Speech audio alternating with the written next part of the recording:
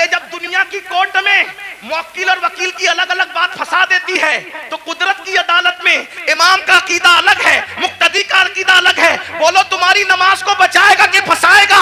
अब तुम्हारे ऊपर है। नमाजें बचाना चाहते हो तो सदरुल फाजिल जैसे वाले अकीदे के पीछे नमाज पढ़ना, और अगर नमाज को फंसाना चाहते हो तुम जानो न इधर उधर की तो बात कर, ये बता के काफिला क्यों लुटा? मुझे रहजनों से गरज नहीं तेरी रहबरी कसवा। पहले मिंबर ही मिंबर पे बैठना सीख ले। तो अपनी औकात से बढ़ के कुछ नहीं कहूंगा, लेकिन बहुत दुख की बात है, मिंबर वाले मिंबर पे बैठना सीख ले बस। मिंबर पे तो अब हर आदमी को आप घुसा कर लाते हैं, मियार भी मिंबर का खत्म। हमारे दादा मुर्शिद हुजूर मुफ्ती आजमीन के दौर में मजाल थी कोई अवाम में से पब्लिक पे चढ़, मिंबर पे चढ़ नहीं। हुजूर मुजाहिद मिल्लत के दौर में मजाल थी, कोई मिंबर पे नहीं।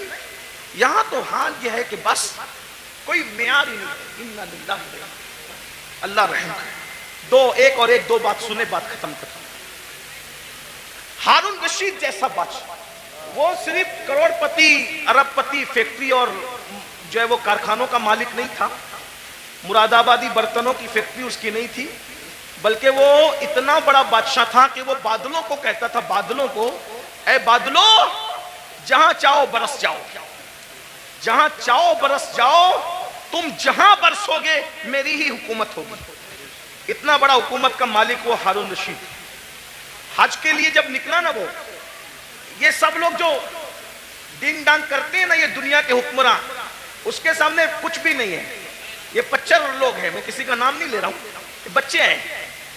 उसको देखो, ये ग्रीन कालीन, ये रेड कालीन कितना इतराते हैं। फ्लाइट से लेकर के अगर एयरपोर्ट के दरवाजे तक हुक्मरानों को मिल जाए तो।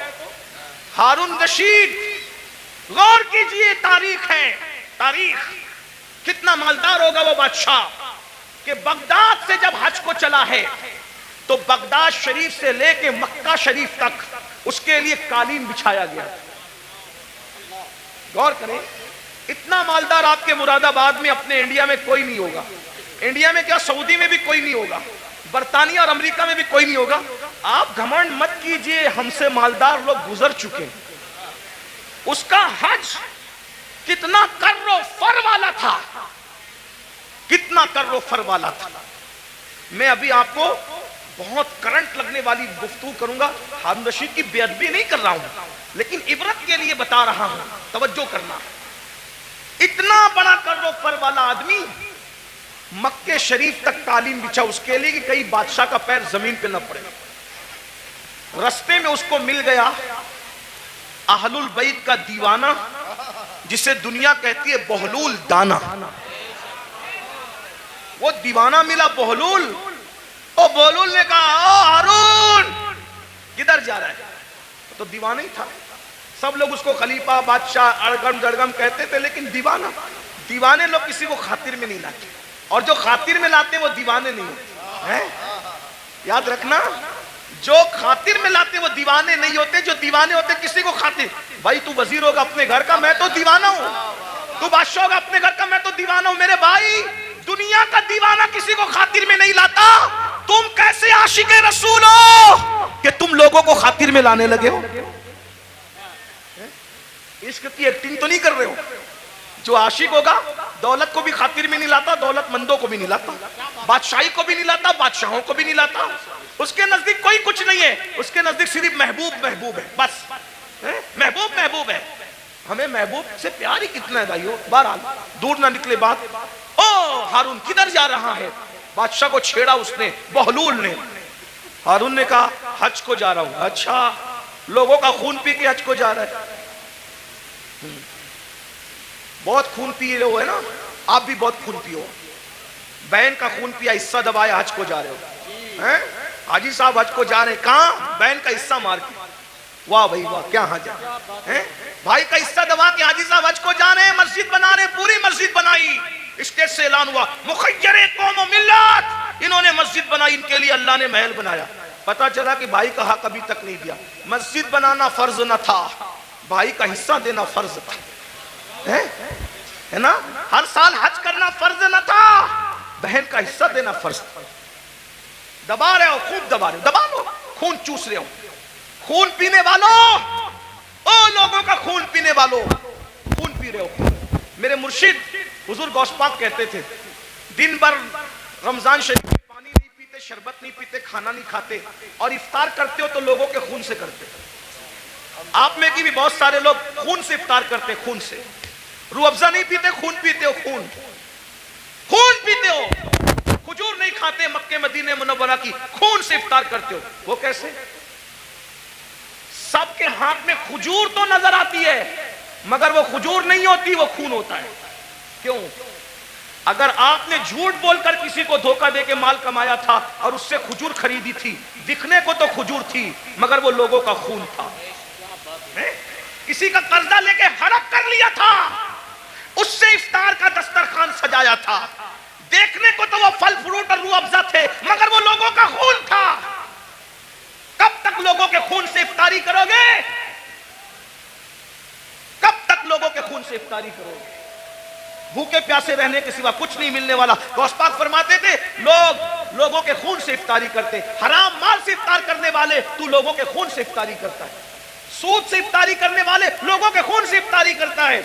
यहां मैं मुसलमानों को कह दूं, मेरे भाइयों, नमक से इफ्तार कर लेना, नमक से, मगर किसी हराम के दस्तरखान पे कभी इफ्तारी करने मत जाना। आज तो तुम्हारे लिए हुकूमतों के ऑफिसों में दस्तरखान बिछते, इफ्तार पार्टियां हो रही है। मुसलमानों का खून चूसने वालों के साथ इफ्तारी करने वालों, तुम्हें शर्म नहीं आती? क़यामत के दिन रसूलुल्लाह को मुंह क्या दिखाओगे? और गैरत का सौदा ना करो, गैरत का जनाजा ना निकालो। नबी पाक का आशिक वो होता है, उसके बदन पर पेवन वाला लिबास तो हो सकता है, उसके बदन पर गुनाहों के धब्बे वाला लिबास नहीं होता। गैरत सीखो, गैरत। इकबाल ने कहा था, ऐ ताहिरे लाहौती, उस रिस्क से मौत अच्छी जिस रिस्क से आती हो परवाज में कुर्ताई। क्या बात हज़रत, जिंदाबाद जिंदाबाद, वाह वाह। बहरहाल हारून से बहलूल ने कहा, मैं बहलूल की बात नकल कर रहा हूँ, हारून की कोई तौहीन नहीं करो। अगर कोई हारून का चाहने वाला हो तो प्लीज वो मेरे ऊपर कोई इल्जाम नहीं। मैं सिर्फ हारून की बात इबरत के, और जो बात इबरत के तौर पे कही जाती है कोई बेहतरीन है, तो क्या लोगों का खून चूस के, बादशाह था ना भाई, खून चूस के जा रहा है आज को। हारून ने कुछ नहीं कहा। तो बहलूल ने कहा, बड़ा घमंड है ना तेरी हुकूमत पर। अब भी सुनो आप, बहुत घमंड है तुझे अपनी हुकूमत पे, और तो होना भी चाहिए। बादशाह ने कहा होना भी चाहिए। ओ बहलूल पागल, तुझे क्या पता हुकूमत की लज्जत क्या होती है? पर मैं तेरी हुकूमत की हैसियत मेरे नजदीक एक गिलास पानी से ज्यादा भी नहीं है, गिलास भर पानी से ज्यादा नहीं है तेरी हुकूमत की कीमत। बहुत घमंड न कर, बहुत घमंड न कर। बहलूल की बात पर हारून ने हंसना था, हंसा जैसे हम लोग की बात पे भी लोग हंसते हैं। हम लोग जब इस तरह की बातें करते हैं, लोग हंसते हैं, मौलवी लोग को देखो पागल हुए हैं, दौर इतना तरक्की कर गया, ये अभी तक यही करते हैं। कब्र में क्या होगा, हश्र में क्या होगा, और ये क्या होगा, वो क्या होगा। देखो दुनिया तरक्की कर रही है, दुनिया पिज्जे खा रही है, अभी ये कब्र के बिच्छुओं को लेके बैठे। ठीक है, जो कहना है कह लो, लेकिन नबी ने जो कह दिया वही होगा। पिज्जा खाने वाले हो, बर्गर खाने वाले हो, बिरयानी खाने वाले हो, या फाका करने वाले हो, या रोजा रखने वाले हो, कब्र में जाओगे। जिसके लिए नबी ने जो कह दिया सो वही हो करके रहेगा। मौजिज़ा मेरे नबी का, कह दिया तो हो गया। आपने कतरे को दरिया, कह दिया तो हो गया। तुम्हारे मुंह से जो निकली वो बात हो के रही, उन्होंने जो कहा वो हो करके रहेगा। और बहलूल ने कहा, तेरी हुकूमत की कीमत एक गिलास पानी से ज्यादा की नहीं है, बड़ा घमंड मत कर, इतना मत। उसने कहा, एक गिलास पानी कहाँ का, ये बता। हारून को कहा, बता, अगर तू रास्ता भटक जाए तो सफर में जाना हज के, रास्ता भटक जाए, खाना पीना खत्म हो जाए, तेरे सारे चमचे वमचे बिखर जाए, तू अकेला पड़ा रहे, पानी ना मिले, खाना ना मिले, मरने के करीब आ जाए, और उस वक्त तेरे पास कोई आगे कहे कि हारून मैं तुझे एक गिलास पानी पिलाऊंगा, बोल कितने में खरीदेगा? बोल कितने में खरीदेगा एक गिलास पानी? वो पानी पिलाने वाला बोलेगा, मैं आधी हुकूमत मांगता हूं तुझसे और एक गिलास पानी तुझे देता हूं, बोल खरीदेगा कि नहीं खरीदेगा? हारून ने कहा, ओ पगले बहलूल, जान है तो जहान है, अगर मर गया तो कहां हुकूमत में रहेगी और क्या क्या रहेगा? तो मैं एक गिलास पानी को आधी हुकूमत दे के खरीद लूंगा, क्योंकि भाई आधी दे के खरीदा, आधी तो बची, आधी से तो लुत्फ उठाऊंगा। वो गिलास भर पानी पिया ही था कि पेशाब लगी आधे घंटे, 2 घंटे के बाद, और पेशाब लगी, अब पेशाब निकल नहीं है बाहर, लगी तो है, प्रेशर तो आ रहा है, बाहर निकलती नहीं पेशाब। ऐसे में कोई आकर कहे मैं ऐसा नुस्खा जानता हूं, अगर वो चुटकी तुझे खिला दूं तो अभी पेशाब हो, लेकिन वो नुस्खा जो चुटकी भर खिला करके तुझे पेशाब करवाना है, आधी हुकूमत देगा तो मैं वो नुस्खा तुझे दूंगा, वरना नहीं दूंगा। बोल, पेशाब करने के लिए वो आधी हुकूमत दे के नुस्खा लेगा कि नहीं लेगा? कहा बिल्कुल लूंगा, क्योंकि जान है तो जान है, इसलिए कि हुकूमत ना रहेगी जिंदगी तो रहेगी। तो कहा अल्लाह से डर, जिस हुकूमत की कीमत एक गिलास पानी नहीं, उसको तू इतना चाहता है कि अल्लाह को भूल गया है। बताओ, हारून रशीद की कब्र पर कितने लोग जाते हैं फातिहा करने? कितने लोग हारून रशीद के नाम पे न्यास करते हैं? हारून रशीद के नाम पे कितने लोग जलसा करते हैं? कितने लोग जुलूस करते हैं? वो दो है। कितने लोग उसकी मुरीदी का ऐलान करते हैं? बादशाह था, बादशाह, इतना बड़ा बादशाह कि बादलों को कहता था जहां जाओगे जा करके बरस जाओ, मेरी हुकूमत होगी। लेकिन ना नाम है, ना अल्लाह ऊपर कोई दुआ करने वाला है, ना कोई नाम लेने वाला है, ना कोई तारीफ करने वाला है। अल्लाह ऊपर, फिर कह रहा हूं तौहीन के तौर पे नहीं, इबरत के तौर पे कह रहा हूं, है कोई उसके नाम का जलसा जुलूस करने वाला? नहीं नहीं नहीं। बताओ, जब इतने बड़े बादशाह का कोई नाम लेवा नहीं है, जबकि उसकी जिंदगी में कुछ तकवा भी नजर आता है, लेकिन अल्लाह अकबर, उस मर्द कलंदर को देखो जो मदीने मुनव्वरा से एक लिबास पहन कर आया था और पूरी जिंदगी उसमें गुजार दिया और 90 लाख को ईमान की दौलत अता कर दी। 800 साल से ज्यादा का अरसा गुजर रहा है, हिंदुस्तान में कोई कोना ऐसा नहीं है कि रोजाना गरीब नवाज को खिराज अकीदत न पेश किया जाता। नारे तकबीर, नारे रिसालत, फैज़ाने ख्वाजा गरीब नवाज, मसलके आला हजरत, उनके नाम के डंके ना बजाए, ये हमारे लिए इबरत है। इसलिए दौलत के नशे में अल्लाह को मत भूलो। तो आका अलैहिस्सलाम फरमाते हैं, दूसरा गुरोह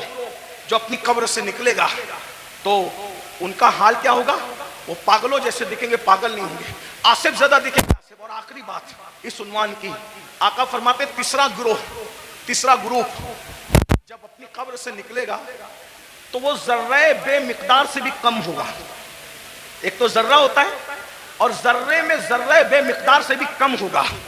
उनकी शक्लें तो इंसानों जैसी होगी, लेकिन वो बिल्कुल बारीक से जर्रे जर्रे दिखाई देंगे। अल्लाह की कुदरत है, बारीक बारीक जर्रे दिखाई देंगे, वो बारीक बारीक जर्रे। और जानवर उनको कुचलेंगे मैदान महशर में, और इंसान उनको पैरों तले कुचलेंगे मैदान महशर में। और जब इंसान और जानवर उनको कुचल लेंगे तो कुचलने के बाद उन जर्रे बेमिकदार की शक्ल में उठने वाले इंसानों को पकड़कर जो जहन्नम के अंदर कैद खाना होगा, उस कैद खाने में ले जाकर के कैद कर दिया जाएगा। जरा गौर कीजिए, फिर आका फरमाते हैं उस कैद खाने में उनको नारुल अनियार नाम का मशरूब पिलाया जाएगा। एक तो जर्रे बेमिकदार में उनको उठाया जाएगा, इंसान और फरिश्ते उनको पैरों तले कुचलेंगे, फिर उनको पकड़कर जहन्नम के कैद खाने में ले जाया जाएगा, उसमें उनको नारुल अनियार पिलाया जाएगा। सहाबा ने पूछा या रसूल अल्लाह, ये नारुल अनियार क्या है? तो आका फरमाते हैं ये जहन्नमियों का खौलता हुआ पीप है जो उनके जिस्म से निकलेगा, और जहन्नम की सड़ी हुई आग है जो उनकी गिज़ा बनेगी। सहाबा ने पूछा आका, वो जर्रे बेमिकदार वाले लोग और वो जहन्नम के अंदर कैदी लोग, नारुल अनियार पीप पीने वाले लोग, जहन्नम की सड़ी हुई आग खिलाई जाने वाले लोग, वो कौन होंगे? तो आका फरमाते हैं वो दुनिया में वो लोग होंगे जो घमंड करते होंगे, तकब्बुर करते होंगे। मैं चौधरी का बेटा, मैं मालदार का बेटा, मैं पढ़ा लिखे का बेटा। इल्म पर घमंड करने वाले, अमल पे घमंड करने वाले, नसब पे घमंड करने वाले, तकवे पे घमंड करने वाले, किसी किस्म का घमंडी होगा, कयामत के दिन उसको जर्रे बेमिकदार में उठाया जाएगा। ऐ मेरी जवानों, आपसे पूछता हूँ, ये घमंड ही तो है जो आपको उलमा के करीब नहीं होने देता। गरीब रिश्तेदार अभी देखो ये बच्चे जो हाफिज़े कुरान हुए, कोई इज्जत नहीं हमारे समाज में, आलिमों की और हुफ़ाज़ की कोई इज्जत नहीं। जबकि हम इनको क्या कहते हैं? नायबे रसूल। कागज पे कुरान लिख दिया जाए तो उसको सर पे रखा जाता है, और सीनों पे कुरान लिख दिया जाए है? तो उनको मस्जिद में वो लोग आके बात सुनाते हैं, घर में जिसकी बीवी उसकी बात नहीं सुनती। कागज का लिखा हुआ कुरान सर पे आए, सीनों पे लिखे हुए कुरान की क्या कद्र करते? भाइयों, कद्र करना चाहिए। ये जो बेकदरी उलमा की करते हो, बेकदरी हुफ्फाज की करते हो, दीनदार तबके, आप लोग नहीं, आप लोग तो बहुत मोहब्बत करते हैं, लेकिन इंटरनेट के जरिए से आवाज वहां तक पहुंचती है जो घरों में बैठते हैं, जो हमें सुनना नहीं चाहते। इंटरनेट के बहुत से नुकसानात हैं, लेकिन कुछ फायदे ये भी हुए कि जो तबका हम लोग की आवाज से नफरत करता था वो भी कहीं चुपके चुपके सुनने लगा, और कहीं ना कहीं बर्फ पिघलने लगी। हाँ, ये हो रहा है फायदा, कुछ नुकसान भी हुआ। हाँ, इसीलिए आपसे कहता हूं, इंटरनेट के सामने बैठते हो तो बड़े वकार से बैठा करो। आपके बैठने से किसी को हिदायत भी मिल सकती है, और मिंबर पे लड़ने से किसी का ईमान भी जा सकता है, इसका ख्याल रखना। इसलिए कि आपको अपने बेगाने सब देख, आपकी छोटी सी मिंबर पर की हुई झड़प किसी ईमानदार को कुफ्र तक ले जा सकती है, इतना याद रखना। इसलिए जरा होश से, मिंबर पे कोई लड़ने आए तो उससे हाथ जोड़ के कहो मैं हार गया, तू जीत गया, इसलिए कि मैं हारा हुआ कहलाऊंगा चलेगा, लेकिन मेरी वजह से कोई मेरे मसलक और मजहब से बेजार होकर के कुफ्र की तरफ जाए, मुझे ये गवारा नहीं। इसका ख्याल रखा जाए, बहुत हमें ख्याल करना होगा, क्योंकि हमें लोग देखती है, दो आंखें देखती है तो लोग इतना मोहतात होते हैं, ये हजारों आंखें देखती। ये इंटरनेट की जो है वो नहुसत या जो वो निफासत कुछ कम नहीं है, इसकी नहुसत भी बुरी है, इसकी निफासत भी बड़ी है, लेकिन इतना याद रखें, ये दो आंखें नहीं देखती इंटरनेट पे बैठने वालों को, करोड़ों आंखें देखती है, और आप उनका तसव्वुर नहीं कर सकते कि कौन कौन देखता है। इसलिए मिंबर पर हम खुदा के लिए 2 घंटे ही सही इस तरह बैठें कि हमारे बैठने को देखकर लोग मजबूर होकर कहे, जब ये इस तरह बैठता है तो गरीब नवाज कैसे बैठते हैं, ये इस तरह बैठता है तो गौसे आजम कैसे बैठते हैं, ये इस तरह बैठता है तो इमाम अहले सुन्नत कैसे बैठते हैं। ये हमारा अंदाज होना चाहिए, अल्लाह करे हमें तौफीक मिले। लेकिन गुरूर और घमंड का क्या किया जाए। आज हमारा जवान तबका, नई नस्ल उलमा का मजाक उड़ा रही है, हुफ्फाज की इज्जत नहीं कर रही है। मेरे जवानों, अगर दौलत के नशे में घमंड किया, हुस्न के नशे में घमंड किया, किसी भी किस्म का तकब्बुर किया, तो अल्लाह के रसूल फरमा रहे, कब्र से जर्रे बेमिकदार की शक्ल में उठोगे, बेमिकदार, और पूरा मैदान महशर तुम्हें पैरों तले कुचलेगा, जहन्नम की कैद में डाले जाओगे, नारुल अनियार जहन्नम का पीप खोलता हुआ पिलाया जाएगा, जहन्नम की सड़ी हुई आग खिलाई जाएगी। इसलिए खुदा के लिए घमंड छोड़ दो, तकब्बुर छोड़ दो, और सोचो मैं इंसान हूं और सिर्फ इंसान, मैं इंसान हूं और सिर्फ इंसान हूं। और इंसान क्या है? मिन नुत्फा, इंसान को अल्लाह ने नापाक कतरे से पैदा किया, इंसान को अल्लाह ने सड़ी हुई मिट्टी से पैदा किया। मेरे भाई, सड़ी हुई मिट्टी और नापाक कतरे से तू पैदा हुआ है। अगर इबादत करके तू अल्लाह को मना ले तो तू फरिश्तों से बेहतर है, और अगर तू अल्लाह को राजी न कर सका तो फिर माज़ अल्लाह तू जानवरों से भी बदतर है।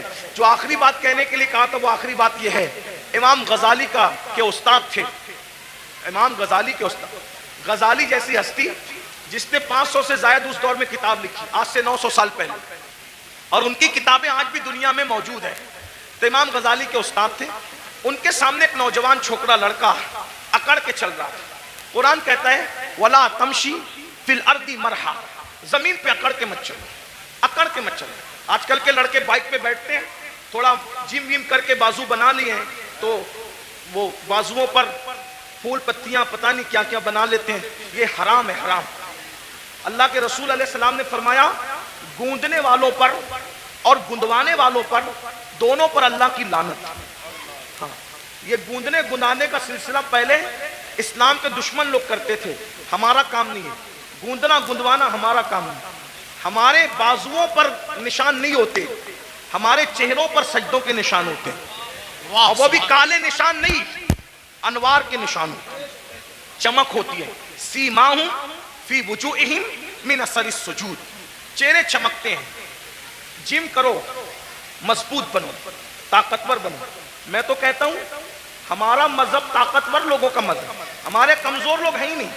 हमारा अल्लाह भी ताकत वाला, ला हौला वला कुव्वता इल्ला बिल्लाह, हमारा अल्लाह ताकत वाला, हमारे रसूल ताकत वाले। एक शख्स ने मुझसे ट्रेन में कहा कि मेरे फौला ने हिमालय उठाया। मैंने कहा अच्छी बात है, लेकिन मैं मुतासिर नहीं। कहा क्यों? मैंने कहा मेरे नबी ने सिर्फ हिमालय नहीं, पूरी कायनात का बार उठा रखा है, और मेरे इमाम कहते हैं जिसको बारे दो आलम की परवाह नहीं, ऐसे बाजू की कुव्वत पे लाखों सलाम। अंदाजा कर उनकी उंगली के इशारे का, जबल अबू कुबैस पे खड़े होकर इशारा करते हैं तो चांद टुकड़े हो जाता है। जिसके इशारे की इतनी कुव्वत है, उसकी उंगली की कितनी कुव्वत होगी? उंगली की इतनी कुव्वत है तो पंजों में कितनी कुव्वत होगी? और जब पंजों में इतनी कुव्वत है तो बाजुओं में कितनी कुव्वत होगी? और जब बाजू की कुव्वत ये है तो सीने में कितनी कुव्वत होगी? उनके सीने की कुव्वत को कुरान बयान करता है, लौ अंज़लना हाज़ल कुरआन अला जबलिन लरअयता खाशियम मुतसद्दियम मिन खश्यतिल्लाह। जिस पहाड़ ने कुरान का भार न उठाया, मुस्तफा के सीने ने कुरान का भार उठा लिया। वाह वाह वाह, सुभान अल्लाह सुभान। हमारे यहाँ तो सभी ताकतवर है, गौस पाक ताकतवर, गरीब नवाज, जिम करो ताकतवर बनो, मगर किसी की गर्दन दबाने के लिए नहीं, रात रात भर मुसल्ले पे खड़े होने के लिए, किसी पे जुल्म करने के लिए नहीं, मजलूम की मदद करने के लिए, किसी को डराने के लिए नहीं, डराने वालों को समझाने के लिए ताकतवर बने। हमारे सभी हमारे मौला अली तो इतने ताकतवर थे, हैं? हमारे मौला अली इतने, मौला अली का जिक्र करो तो कुछ लोग जलते हैं क्योंकि उनकी ताकत उनको बर्दाश्त नहीं होती। हमारे मौला अली बहुत ताकतवर थे, हमारे मौला अली बहुत ताकतवर, हमारे मौला अली बहुत ताकतवर थे। अल्हम्दुलिल्लाह हमारे सिद्दीक भी बहुत ताकतवर, अफसरुल बशर बादल अंबिया भी ताकि हमारे सिद्दीक अकबर भी इतने ताकतवर थे। जब बदर में रसूलुल्लाह की कोई हिफाजत के लिए ना आया तो सिद्दीक अकबर ने कहा मैं हुजूर को पहरा दूंगा, अल्लाह की अमानत की हिफाजत मैं करूंगा। सिद्दीक ताकतवर, फारूक आजम ताकत, उस्मान गनी, मौला अली सब ताकत। और मौला अली कैसे ताकतवर, सुन लो, गौर से सुनो। एक दिन मौला अली की ढाल गिरा दी। क्या गिरा दी? बात समझ में आ रही है? क्या गिराई?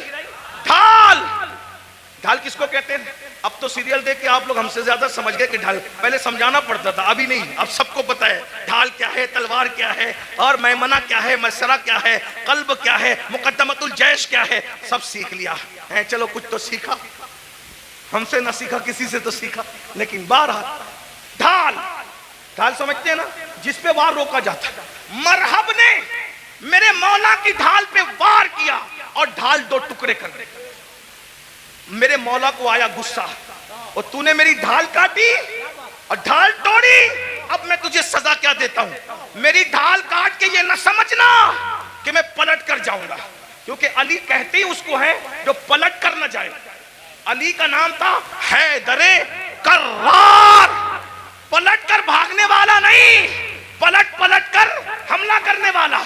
अब अली अगर सिपर लेने के लिए, ढाल लेने के लिए पलट कर जाता तो दुश्मन कहता अरे कभी तो पलट कर भागे थे, लेकिन अली ने कहा पलट कर नहीं जाऊंगा, बल्कि मौला ने कहा तूने मेरी ढाल तोड़ी, अब मैं किसको ढाल बनाता हूं देख। आगे बढ़े और खैबर का दरवाजा उखाड़ कर अली ने उसी को ढाल बना लिया और उसी को लेके जंग करते रहे, करते रहे, करते रहे, और जब उसको उठा करके फेंका है तो अली का फेंका हुआ दरवाजा 70 लोग मिलकर भी अपनी जगह से उठा न सके। नारे तकबीर, नारे रिसालत, नारे हैदरी। कभी दीवार हिलती है, हजरत, कभी दर कांप जाता है, अली का नाम सुनकर अब भी खैबर। हम अली वाले हैं, लेकिन वो अली वाले हैं जो सिद्दीक को अफजलुल बशर मानते हैं। हम वो अली वाले हैं जो फारूक आजम को आदिलों का सरदार मानते हैं। हम वो अली वाले हैं जो उस्मान को एक नूर वाला नहीं बल्कि 2 नूर वाला ज़ुन्नूरैन मानते हैं। हाँ, हम वो अली वाले, बहुत अच्छा, अल्हम्दुलिल्लाह। और वही सच्चे अली वाले हैं जो अली को भी मानते हैं और मौला अली की भी मानते हैं। तो आखिरी बात जो कहने चला था, क्या वो नौजवान पहलवान था, बाजू मोटे मोटे थे, घमंड में इतरा के चल रहा, अल्लाह को इतरा के चलना पसंद नहीं, इतरा के चल रहा था। इमाम गजाली के उस्ताद ने कहा ए लड़के, इतरा कर घमंड से मत चल। उसने पलट कर नसीहत नहीं मानी और हजरत को कहा आप मुझे जानते हैं मैं कौन हूं? आप मुझे जानते हैं मैं कौन हूं? इमाम गजाली के उस्ताद ने कहा बेटा अच्छी तरह जानता हूं कौन है। कहा कौन हूं मैं? फरमाया तेरी इब्तिदा पानी का नापाक कतरा है और तेरी इंतहा कब्र की सड़ी हुई मिट्टी है, इससे ज्यादा तेरी कोई औकात नहीं है। बस मेरी भी गुजारिश चाहिए, हम पानी के नापाक कतरे से पैदा हुए, इतना नापाक, इतना नापाक, इतना नापाक, ज़बान हया इजाजत नहीं देती कितना नापाक, लेकिन एक जुमला हया के पर्दे में सुन ले, इतना नापाक है कि बाहर निकल आए तो गुस्ल फर्ज कर दे, इतना नापाक। और कब्र की वो सड़ी हुई मिट्टी जिसमें कीड़े मकोड़े हैं, ये हमारा हाल है। अगर अल्लाह नाराज है तो ये हाल है, और अगर अल्लाह को मना लिया तो फिर कोई सड़ी हुई मिट्टी नहीं है, कोई सड़ी हुई, अगर अल्लाह को मना लिया तो मिट्टी नहीं, सड़ी हुई नहीं, बल्कि इंशाअल्लाह कफन को भी मिट्टी का धब्बा ना लग सकेगा अगर खुदा को मना लिया। आओ, नेकियों का मौसम बहार आने वाला है, बरकत वाला महीना, एक नेकी 70 के बराबर, फर्ज 70 फर्जों के बराबर, रोजा रखना, गुनाह से बचना। एक बात ये भी बता दूं, जो रमजान शरीफ में गुनाह करता है, अल्लाह के रसूल फरमाते हैं कि अल्लाह उसके 1 साल की नेकियों को बर्बाद कर देता है। रमजान शरीफ में एक गुनाह, ये कहां से मैं पढ़ रहा हूं, अल मौजमुल औसत से हदीस पढ़ रहा हूं। हाँ, जो रमजान शरीफ में एक गुनाह करे, अल्लाह उसके 1 साल की नेकियों को बर्बाद कर देता है। इसलिए रमजान शरीफ में जहाँ मुस्लिम अक्सरियत है, बड़ा मजा आता है। हमारे गांव में भी बड़ा मजा आता है, 80% हुजूर के गुलाम रहते हैं, मजा आता है। मुंबई में भी रमजान शरीफ का मजा आता है, मुरादाबाद, संबल, इधर भी रमजान शरीफ का मजा है ना। क्या बाजार सजते हैं, क्या इफ्तार लगती है, लेकिन ये बाजार है। असल रमजान शरीफ की बहार उसकी है जो गुनाह से बच जाए, इबादत करके अल्लाह को राजी कर। क्या बात है हज़रत, सुभान अल्लाह। रोजा रखना, हो सके तो रमजान शरीफ में तहज्जुद, सहरी को उठती है तो तहज्जुद का एहतिमाम करना। मेरे आका फरमाते हैं जो तहज्जुद पढ़ता है, आका फरमाते हैं इंशाअल्लाह वो बेहिसाब जन्नत में दाखिल होगा। तो नहीं साल भर पढ़ सकते तो रमजान शरीफ में 2 ही रकअत पढ़ लेना, ज्यादा उसके यहाँ बहुत ज्यादा की जरूरत नहीं है, वो बहुत थोड़े अमल पे राजी हो जाते। सहरी में उठो, जल्दी से 5 मिनट पहले उठ जाओ, वुजू करो, 2 रकअत पढ़ो तहज्जुद, दोनों में 3-3 बार कुल अल्लाह पढ़ो और अल्लाह से कहो। अल्लाह कहता है मैं पहले आसमान पे तजल्ली करता हूँ, पहले आसमान पे रात के आखिरी हिस्से में तजल्ली करता हूँ और कहता हूँ मांग क्या मांगता है, जो मांगेगा तो जो मांगते हो। लेकिन उस वक्त तो सहरी में आप क्या करते हैं, उस वक्त भी आप व्हाट्सएप, लोग उस वक्त भी ऑनलाइन रहते हैं, जरूरत के तहत रहते हो, अच्छी बात है। उस वक्त अल्लाह फरमा रहे मांग मैं दूंगा, आप ऑनलाइन हो। इफ्तार के वक्त तो आवाज आ रही है जो मांगेगा दूंगा, आप ऑनलाइन हो। रमजान शरीफ का फायदा उठाओ, एक बार दुरूद शरीफ पढ़ो, 70 बार दुरूद का सवाब। रमजान शरीफ के लिए तैयारी, अभी से तौबा करो, इस्तिगफार करो, आज से पहले जो हुआ, जो गुनाह हुए सबसे माफी मांगो, तौबा करो और नमाज के पाबंद बनो। सोच, ये तय कर लो आज कौन सी तारीख है शाबान की, 4 तारीख है ना, 4 गुजरी। ये 4 क्या है पता है तुम्हें, ये 4 शाबान तुम्हारे और मेरे इमाम हैं, इमाम हुसैन की विलादत की तारीख है। सुभान अल्लाह, सुभान। मौलूद हुसैन पाक का दिन गुजरा आज, मिलाद हुसैन, सैयदा के आंगन में जो दूसरा फूल खिला था, हैं, गौर कीजिए। तो आज से ये अहद कर लो कि मैं नमाज की पाबंदी करूं, लेकिन नमाज पढ़ूंगा तो किसके पीछे, जिसका अकीदा मेरे अकीदे की तरह होगा उसके पीछे नमाज। यानी मैं नबी को जिंदा मानता हूं तो मुझे इमाम भी वही चाहिए जो नबी को जिंदा मानता है। मैं नबी को आलिम माकाना व मा यकुन मानता हूं तो मुझे इमाम भी वही चाहिए जो नबी को माज़अल्लाह पीठ के पीछे इल्म का दाना ना दे, बल्कि नबी को वो ये माने कि ये सब चीजें तो बहुत छोटी मोटी है, जिसकी निगाह से खुदा की जात ना छुपी उसकी निगाह से कौन सा इल्म छुप सकता है। और अगर बरेली के ताजदार के लहजे में कहे तो यूं कह ले कि और कोई गैब क्या तुमसे नेहा हो भला, जब ना खुदा ही छुपा तुम पे करोड़ों दुरूद। तो इमाम कौन सा चाहिए, बस ये जो आपका अकीदा वो आपके इमाम का अकीदा। बस आखिरी बात कह दूं, लोग क्या करते हैं, मैं तो नबी को जिंदा मानता हूं, मैं तो नबी को हाजिर और नाजिर मानता हूं, मैं तो नबी को अफजलुल रुसुल मानता हूं, मैं तो नबी को खैरुल बशर मानता हूं, लेकिन मैंने हर किसी के पीछे नमाज पढ़ लेना। मैंने कहा भाई जिस मुवक्किल का वकील, जिस मुवक्किल का वकील उसके खिलाफ हो उसका मुकदमा वो कैसे जीत सकता है। मिसाल के तौर पर बात इतनी है कि मुवक्किल किसको कहते हैं, जिसके आगे वकील खड़ा हो। मुवक्किल कहे मैंने कत्ल नहीं किया और वकील कहे कि मेरे मुवक्किल ने कत्ल किया, तो बोलो बचाएगा कि फंसाएगा, हैं? मुवक्किल अलग बोल रहा है, वकील अलग बोल रहा है, बचाएगा कि फंसाएगा, हैं? मुवक्किल अलग बोल रहा है, वकील अलग बोल रहा है, बचाएगा कि फंसाएगा। अरे जब दुनिया की कोर्ट में मुवक्किल और वकील की अलग अलग बात फंसा देती है तो कुदरत की अदालत में इमाम का अकीदा अलग है, मुक्तदी का अकीदा अलग है। बोलो तुम्हारी नमाज को बचाएगा कि फंसाएगा, अब तुम्हारे ऊपर है। नमाजें बचाना चाहते हो तो सदरुल अफाजिल जैसे